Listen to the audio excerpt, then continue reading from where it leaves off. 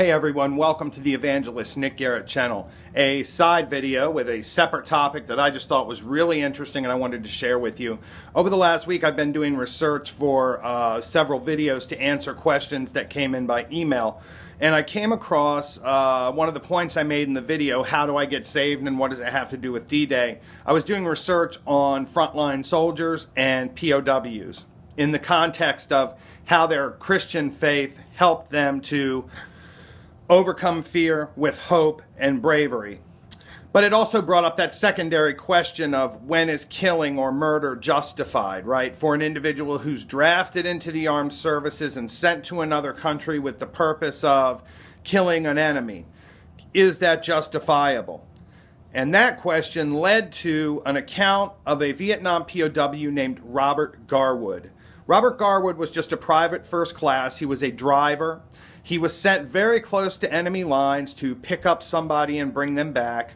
And when he went across the checkpoint, the U.S. soldier said, look, get out of there before dark because after dark we turn this back over to the Viet Cong. He gets hemmed up, he gets arrested, and he's taken prisoner in 1966 or 67.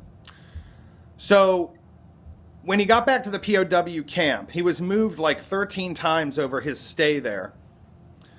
He decided that his means of survival was going to be to learn the Vietnam language, acclimate as much as possible to the culture, because it would give him greater access to food, right? It wouldn't just be rice. He might be able to get vegetables and things like that, so there's a lot of depth to this, but that really sat funny with the other American POWs that came and went because they saw Barbie Garwood getting this special treatment. And when they were released, they reported on this, like, hey, this guy was like with them or something. It's crazy. So anyway, they decided not to let Robert Garwood go at the end of the war, 1973. And they kept him, and they're like, sorry, Bobby, you just know too much. We'll send you to a nicer camp. You'll have a better quality of life. You'll have more freedoms. We're going to make you a mechanic. So you're going to work on the trucks that the Americans left behind after the war. And that sometimes saw him going into Hanoi at night to work on trucks. So after 13 years, he starts planning his escape.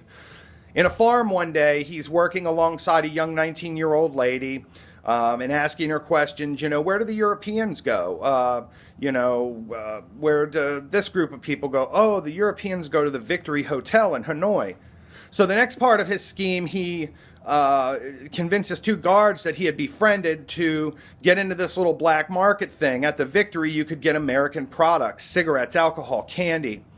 And they would send him in because he was European looking, and he'd buy the stuff and bring it out, and the two guards had made more money with their little racket, right?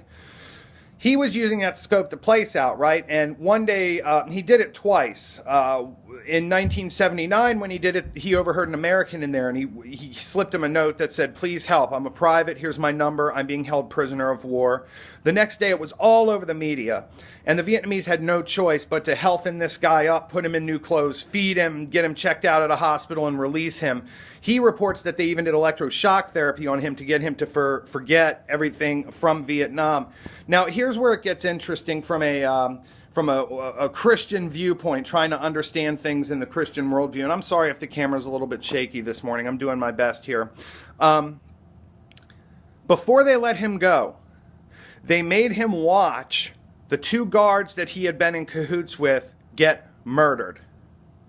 And they're saying, Bobby, this is your fault. You were living a decent quality of life here. You wouldn't accept it. And as a result, these two men are dead. On the last night before he left, they took him down into the woods where that 19-year-old girl who had said, oh, they go to the Victory Hotel, was up against a post begging and pleading for her life. I don't know this guy. I just said it in passing. What do you want to do, Bobby? Oh, I don't care, And they killed this 19-year-old girl. So from a human life, respecting human life standpoint, Bobby is alive. Bobby is healthy by this point. His immediate family have all died. He's not married. Is it justifiable for the Vietnamese to kill 3 of their people and lay the blame on Robert Garwood for this? In one sense, 3 people had to die for Robert Garwood to go home.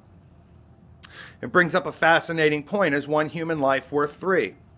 Secondarily, this is a fascinating subject that I encourage everybody to look into.